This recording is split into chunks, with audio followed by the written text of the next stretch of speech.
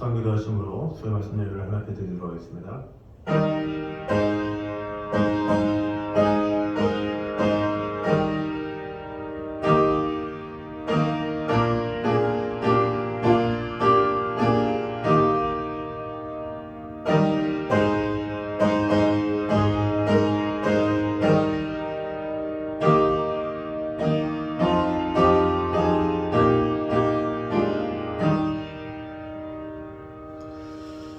여호와께서 땅끝까지 선포하시되 너희는 딸 시온에게 이르라. 보라, 내 구원이 이르러니라. 보라, 상급이 그에게 있고 보응이 그 앞에 있느니라 하셨느니라.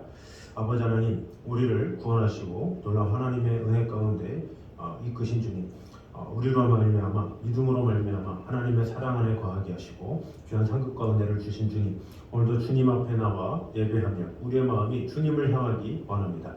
주님께서 늘 언제나 함께하여 주시어서 예배하는 모든 순간마다 주님과 동행하는 귀한 성도들의 삶 가운데도 함께하여 주시어서 예배의 시간뿐만 아니라 우리의 삶 가운데서도 하나님의 역사를 경험하기에 힘쓰는 그런 성도들 될 수 있도록 주님 함께하여 주시옵소서. 아멘. 예수님 이름으로 기도드립니다. 아멘.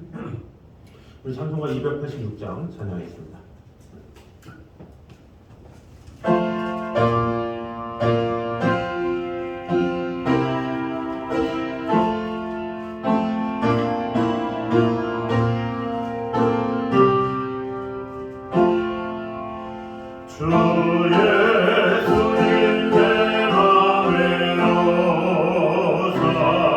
날 붙들어 주시고,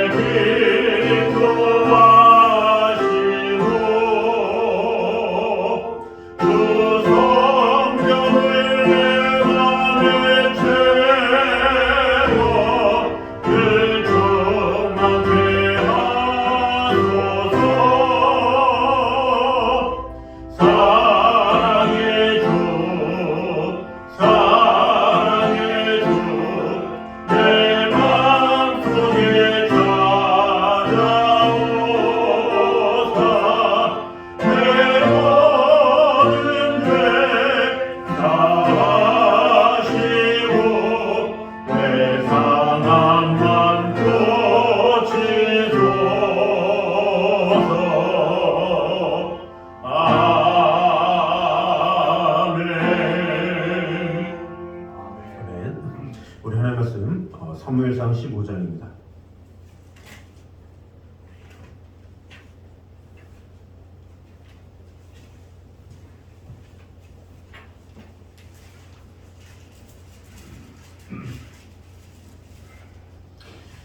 사무엘상 15장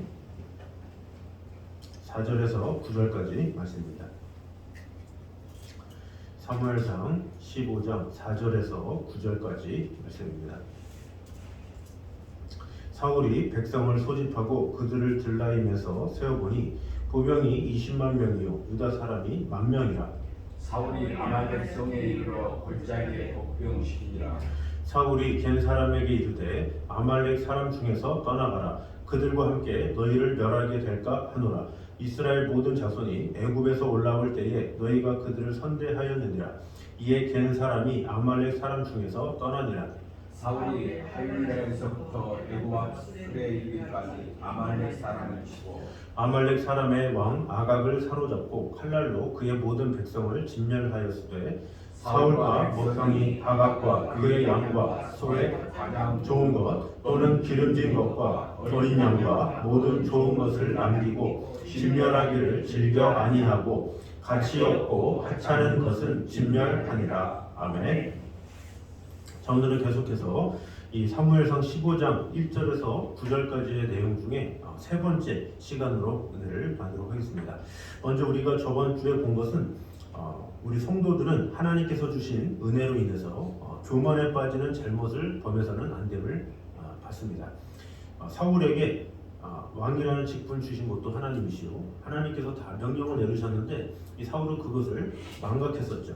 그 왕직 또한 하나님께서 은혜로 주셨고 하나님께서 그에게 권세를 주셨는데 그는 이 하나님께서 주신 것을 전혀 생각하지 않고 오히려 그로 말미암아 교만하고 또 그 권세를 이용해서 잘못된 하나님의 뜻에 이 불순종한 결과를 보게 되었죠. 그래서 이 항상 모든 것은 다 하나님께로 왔다는 것을 알 때 겸손할 수 있지만 그렇지 않으면 교만에 이를 수밖에 없음을 우리가 봤습니다. 두 번째로는 이 하나님은 우리의 모든 행위를 잊지 않고 그 행위대로 갚으시는 분이심을 우리가 봤습니다. 그래서 이 행동 하나님께서는 다 행한 것을 다 갚으신다는 것을 통해서 이 아말렉에게 행했던 이 아말렉은 이 출애굽 시대에 이스라엘을 괴롭혔던 그런 민족인데 시간이 지나서도 결국에는 하나님께서 아말렉을 심판하시는 것을 통해서 하나님은 모든 행위 이런 것을 다 기억하시고 그 행위대로 갚으시는 분이심을 우리가 봤습니다. 세 번째로는 모든 일에는 하나님의 정하신 가장 적절한 때가 있음을 우리가 봤습니다.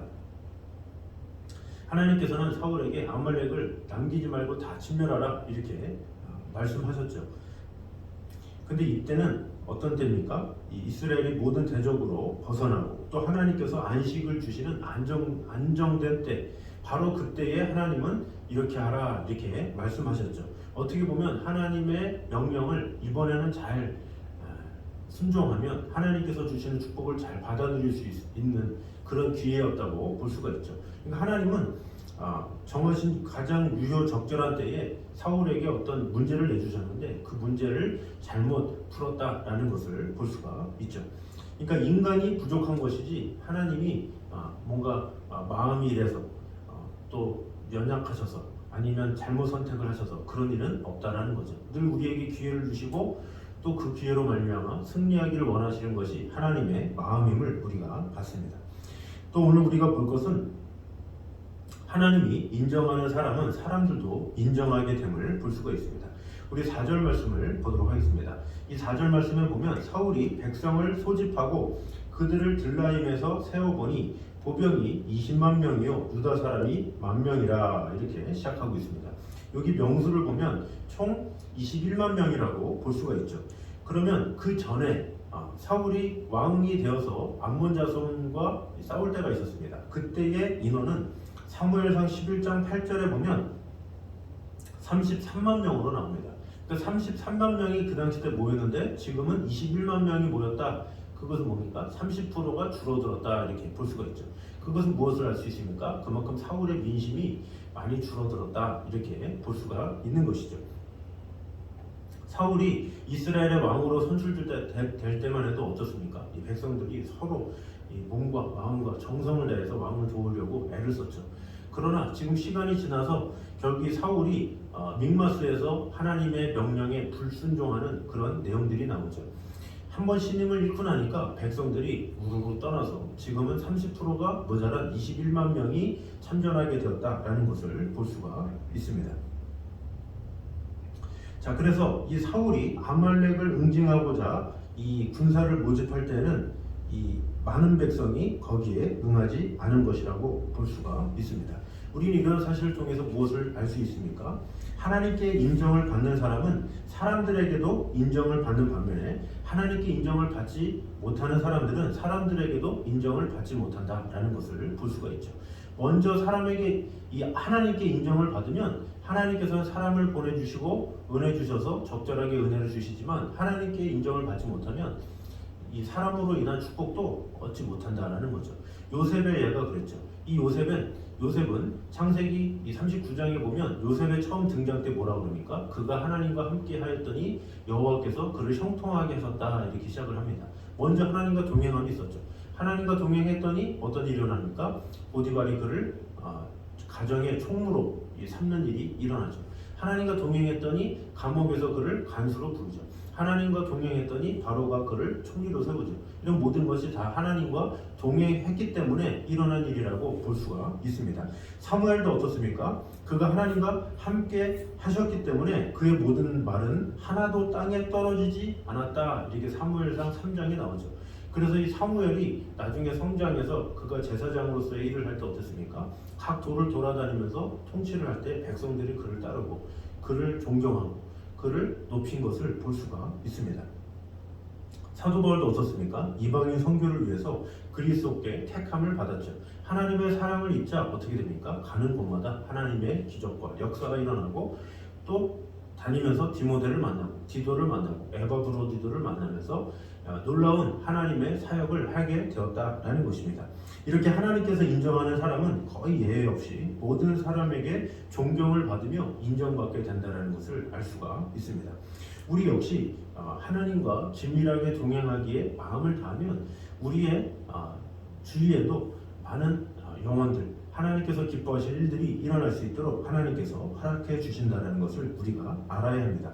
그래서 우리는 사람에게 인정받으려고 노력하기 전에 먼저 하나님께 인정받으려고 마음을 다하는 것, 그것이 필요하다는 것입니다. 그러므로 우리는 하나님을 사랑하며 하나님 앞에 인정받기 신승으로 말미암아 하나님을 사랑함으로 또 사람들에게 사랑을 받는 저여러분 되시기를 주님의 이름으로 축원합니다. 자, 두 번째는 의인이 악인과 함께 망하는 법은 없음을 보여주고 있습니다. 우리 6절 말씀 보면 사울이 겐 사람에게 이르되 아말렉 사람 중에서 떠나가라 그들과 함께 너희를 멸하게 될까 하노라. 이스라엘 모든 자손이 애굽에서 올라올 때에 너희가 그들을 선대하였느니라. 이에 겐 사람이 아말렉 사람 중에서 떠나니라. 자, 여기 보면 6절에 갑자기 겐 사람에 대한 이야기가 나오죠. 아말렉과 함께 모여 살았다 이렇게 볼 수가 있습니다. 그런데 그들에게 떠나가라 이렇게 이야기를 하고 있습니다. 그러면 왜 하나님께서는 겐 사람을 보호하셨겠습니까? 그것은 그들이 모세의 장인이었던 이드로와 같은 혈통으로서 이스라엘의 출애굽 당시 이스라엘을 대적하였던 아말렉과는 달리 이스라엘을 도운 민족이었기 때문에 하나님께서는 그들을 살려주셨다 이렇게 볼 수가 있습니다. 사실상 이스라엘과는 한 형제나 다름없는 것이 바로 겐족속입니다. 한마디로 말하면 아말렉이 악인이었다면 겐 사람들은 의인이었다 이렇게 볼 수가 있습니다. 하나님은 의로운 자들인 겐 사람들이 악한 자들인 아말렉 사람들과 함께 멸망하지 않도록 그들을 아말렉 지경에서 벗어나게 하신 것이죠. 이런 것을 통해서 무엇을 알 수 있습니까? 의인은 악인과 함께 멸망하지 않는다라는 것입니다. 물론 이 땅에서 우리는 의인과 악인이 같이 살아가죠. 근데 그 같이 살아가는 것이 죄가 될 수는 없죠. 겐 사람이 아말렉 사람과 함께 한다고 해서 살아간다고 해서 그것 자체를 죄라 이렇게 말하지 않죠. 상황에 따라 같이 살 수도 있고 어울릴 수도 있죠. 그러나 하나님께서는 그들과 어울리느냐 안 하느냐 뭐 이런 함께 있느냐 이걸 떠나서 하나님을 경외하느냐 그렇지 않느냐 이런 것을 보시죠. 근데 겐족속은 계속해서 이 조상을 따라서 하나님을 경외하는 민족이었고 그 당시 때 상황상 아말렉 족속과 같은 땅에 거처하는 그런 민족이었다라고 볼 수가 있습니다. 그것을 가지고 뭐 악을 행했다 할 수가 없는 것이죠. 그런 상황에서 하나님께서는 분명하게 갠 사람을 피신시켜 주셔서 그들을 보호하셨음을 볼 수가 있습니다. 우리 또한 어떻습니까? 우리 또한 세상 사람들과 벗어나 살아가죠. 우리가 예수 그리스도를 믿는다고 해서 안 믿는 사람들과 같이 안 살거나 그렇습니까? 대화를 안 합니까? 그들과 함께 삶을 공유하고 함께 하죠. 그러나 우리는 그 안에서 구별된 삶을 살아가고 또 하나님께서는 우리에게 귀한 축복을 우리에게만 허락하시는 그런 일들이 있죠. 그래서 이 한 밭에는 곡식과 가라지가 함께 자라지만 그 둘은 분명히 구분됩니다. 그래서 농부는 추수 때에 그 둘을 따로 구분하여 곡식은 거두고 창고에 들이고 가라지는 불사르게 됩니다. 마찬가지로 하나님은 의인과 악인이 함께 섞여 이 세상을 살아가고 있지만 양자를 분명히 구분하시고 의인을 악인과 함께 멸하시지 않으십니다. 의인과 악인이 함께 멸망하는 일은 결탄코 없다라는 것을 우리가 알아야 됩니다. 롯의 구원도 마찬가지였죠. 이 롯이 소돔 땅에 갔습니다. 이 소돔 땅에 갔으니까 어떻게 됐습니까? 그 안에 죄악이 편만했죠. 그러다 보니까 이 롯의 딸들도 이 사위를 만났는데 어떤 그 상황이 계속 이 생각지 않은 아주 문란한 그 도시 가운데 심판을 받을 수밖에 없는 그런 상황에 처했습니다. 그래서 하나님께서는 그 소돔과 고모라 성을 멸망시키기로 작정하고 하나님께 알려주셨죠. 그런데 이 아브라함은 이렇게 부르짖죠. 주께서 이같이 하사 의인과 악인을 함께 죽이심은 불가하오며 의인과 악인을 균등히 하심도 불가하니이다. 세상을 심판하시는 이가 어찌 심판하시는 이가 공의를 행할 것이 아니니까 이렇게 이야기를 하고 있죠. 결국 이 아브라함의 강구대로 또 강구가 없었다 하더라도 하나님은 이 롯을 살리기로 작정하셨죠. 왜? 그는 하나님의 사람이기 때문에 그를 살리기로 작정하시고 실제로 그 롯과 그 가족들은 살도록 하나님께서 허락하신 것을 볼 수가 있습니다. 의인을 악인과 함께 멸하시는 것이 하나님의 뜻이 아니기 때문에 롯이 구원을 받았다 이렇게 볼 수가 있습니다. 즉 하나님은 타락한 소돔 사람들 가운데서도 롯의 의로움을 보시고 그를 멸망의 자리에서 구원하여 주신 것을 볼 수가 있습니다.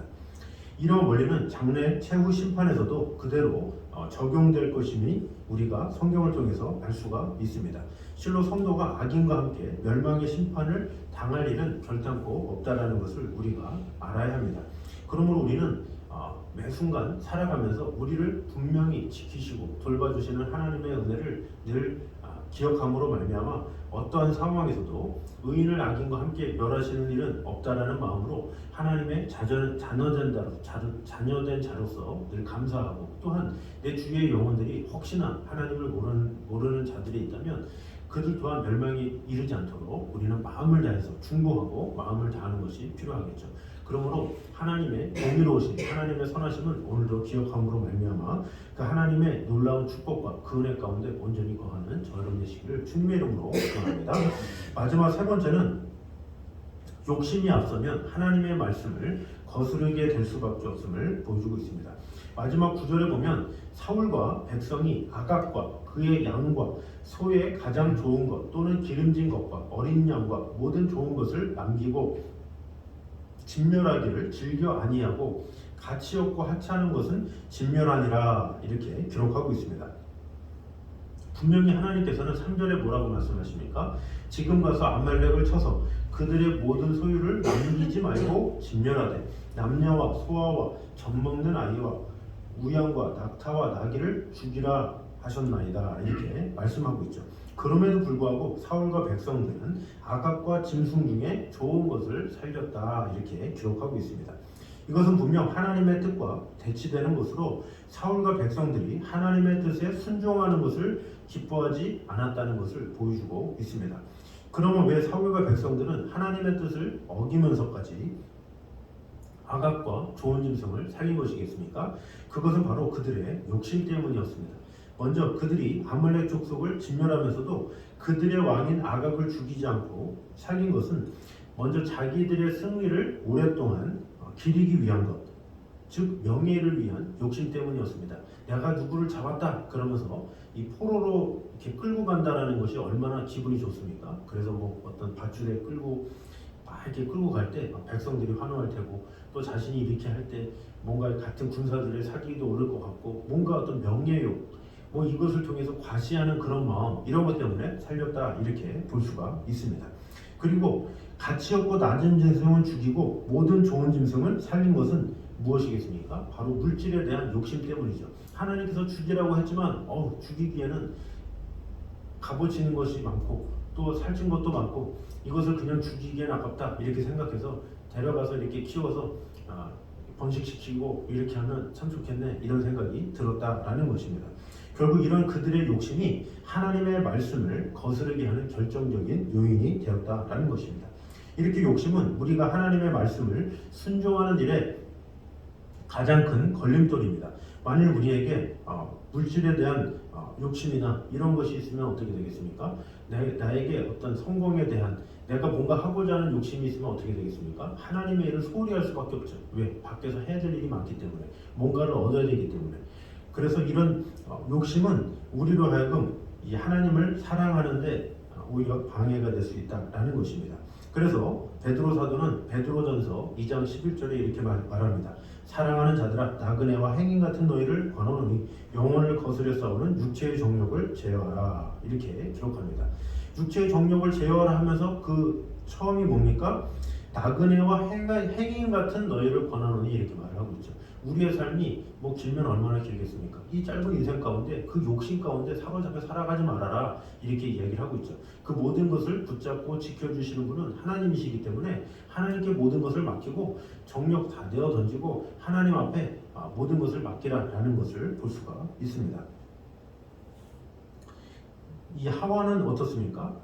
그녀는 하나님과 같이 되고자 하는 욕심을 제어하지 못하고 그 욕심대로 행동하였기 때문에 하나님의 말씀을 거스르는 범죄를 저지르게 되었고, 또 그로 인해서 잉태의 고통과 또 그런 끝날까지 죽을 수밖에 없는 그런 상황에 이를 수밖에 없었다라는 것입니다. 그러므로 우리는 이러한 육신의 정욕과 안목의 정욕과 이생의 자랑 이런 모든 것을 버림으로 말미암아 하나님을 따르고 하나님만 생각함으로 말미암아 먼저 세상의 그 무엇보다 하나님을 최우선으로 모시는, 그러함으로 하나님께서 주시는 축복을 온전히 받아 누리는 저와 여러분 되시기를 주님의 이름으로 축원합니다. 기도하겠습니다. 사랑해 주님 감사합니다. 우리와 함께 하시는 주님, 하나님이 인정하는 사람은 사람들도 인정하게 됨을 오늘 보게 되었습니다.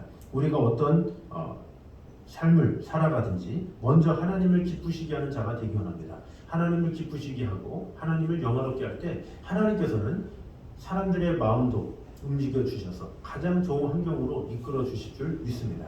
우리가 그 무엇보다 하나님께 집중하고 하나님과 깊은 관계 가운데 아버지 하나님의 풍성함을 온전히 맛보는 성도가 되어서 하나님을 경외함으로 또 하나님께서 책임져 주시는 놀라운 인간관계의 축복을 누리는 주는 성도들 될 수 있도록 주님 함께하여 주시옵소서. 또한 의인과 악인이 함께 망하는 법은 없다라는 것을 오늘 보게 되었습니다. 무엇이든 공의롭게 심판하실 하나님의 은혜를 늘 갈망하면서 하나님의 의롭고 선하심을 늘 바라보면서 나아가는 성도들 될 수 있도록 주님 함께하여 주시옵소서. 또한 욕심이 앞서면 하나님의 말씀을 거스르게 될 수밖에 없음을 오늘 보게 되었습니다. 우리가 이 세상을 살아가면서 육신의 정욕과 안목의 정욕과 이생의 자랑 이러한 모든 것을 다 벗어버리고 오직 하나님의 말씀을 소중히 여기며 하나님과 긴밀하게 동행하는데 힘쓰는 그런 성도들이 되어서 어떠한 상황에서도 우리에게 가장 좋은 것을 주시는 하나님의 은혜를 갈망하며 나아가는 성도들 될 수 있도록 주님 함께하여 주시옵소서. 예수님의 이름으로 기도드립니다. 아멘. 우리 찬송가 400장 찬양하도록 하겠습니다.